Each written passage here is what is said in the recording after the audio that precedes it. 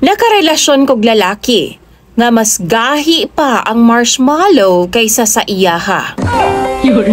Mayong hapon kanimo DJ Sam ug ingon man sa imuha mga viewers ug followers. Tawagan na lang ko sa pangalang Sasha.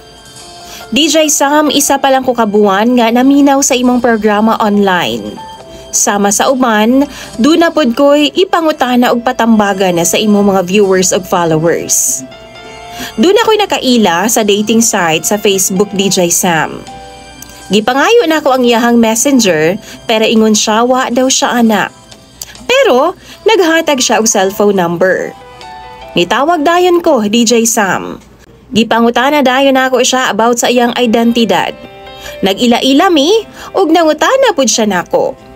Gusto ba daw kumuuban sa Davao DJ Sam pagkaugma dayon?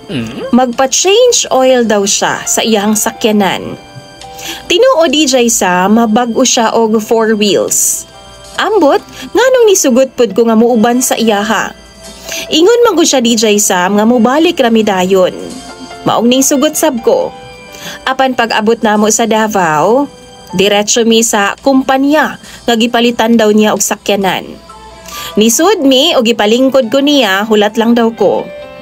Unya pagkataod-taod DJ Sam miingon siya nako. Wa daw mi kaabot sa time. Kay 11 AM daw ang iyang schedule. Mao daw na ang iyang appointment. Pero niabot mi 12 noon na DJ Sam. Adlaw kadto nga Martes. Thursday na po daw gihatagan siya og balik nga schedule. Perti gid akong kabalaka DJ Sam. Mura ko gitabunan sa langit og yuta sa iyang giistorya. Di daw mi makauli kay hapon na daw. DJ Sam giingnan nako siya nga, ingon ka, mubalik dayon ta. Maong niuban ko sa imuha. Wa bay ako'y dala nga sinina. Apan mi balibad siya. Ana pa siya. Wa daw siya mag-ingon nga mamalik mi dayon. Mihilom na lang ko DJ Sam kay wa man gihapon ko'y mahimo. Nagsunod-sunod na lang ko sa iyaha ug wa ko nagpahalata nga gikulbaan ako pag-ayo. Gida ko niya sa SM DJ Sam ug didto mi nag-lunch, humana malit ko og pantalon ug blouse. Ako na untang bayran pero ingon siya na daw mubayad. Credit card ang iyang gamit DJ Sam. Pagkahuman ana, diretso na dayon mi sa hotel ug wa gihapon ko nagreklamo. DJ Sam, samtang naghigda ko sa kama, gidas magandayon ko niya. Kini nga lalaki DJ Sam, senior citizen na siya ha, kay 60 plus naman daw ang iyang edad. Pero ambot pilay plus, kay wa man pud siya mag-istorya. Gilamas dayon ko niya DJ Sam. Gihimas-himas niya pag-ayo nga akong dughan, gisunod na dayon niya ang akong binangkal. Wa ko misugot, kay wa may hugas DJ Sam. Wa jud ko ning sugot ana perti na akong balibad. Mga isa siguro na mo ka oras nga istorya ni andar na pud siya DJ Sam. Okay ra ba daw nga mohikap daw siya? Hikap ra man daw, maong nisugot ko. Mao to, banat-banatan gyud niya DJ Sam. Apan sad lang, kay wa gyud daw mitindog ang iyang tabadidoy. Nalipay ko, kay wa ko niya nahilabtan DJ Sam. Humani adto nanlaag mi DJ Sam. 12 AM na minanguli. Og didto na pod pag-abot namo sa hotel, gihubuan na gid ko niya DJ Sam. Sa sige na kog balibad sa iyaha DJ Sam, gipangutana pa ko niya kung transgender ba daw ko. Maong perti gid na akong katawa DJ Sam. Pero again, bisan pagiunsa ko niya wa gihapon ning gahi ang iyaha.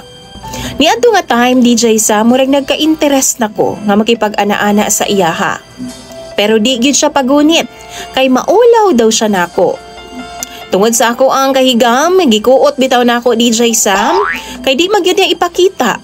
Og pagkuot man day nako, perti man daing gamaya. Gahi-gahi palagi ang marshmallow DJ Sam. Perti na kong katawa. Pero naluoy ko sa iyaha DJ Sam, maong akuan na lang siyang gitabangan og dula. Hangtod nga ning gahi-gahi na DJ Sam og gamay, gipaspasan day niya taman kay basig muhumok daw og balik. Pasalamat siya sa ako DJ Sam pag humanamo, kay nagsaksid man gyud siya. Pero ang akong problema karon DJ Sam, last Thursday naa siya'y lakaw.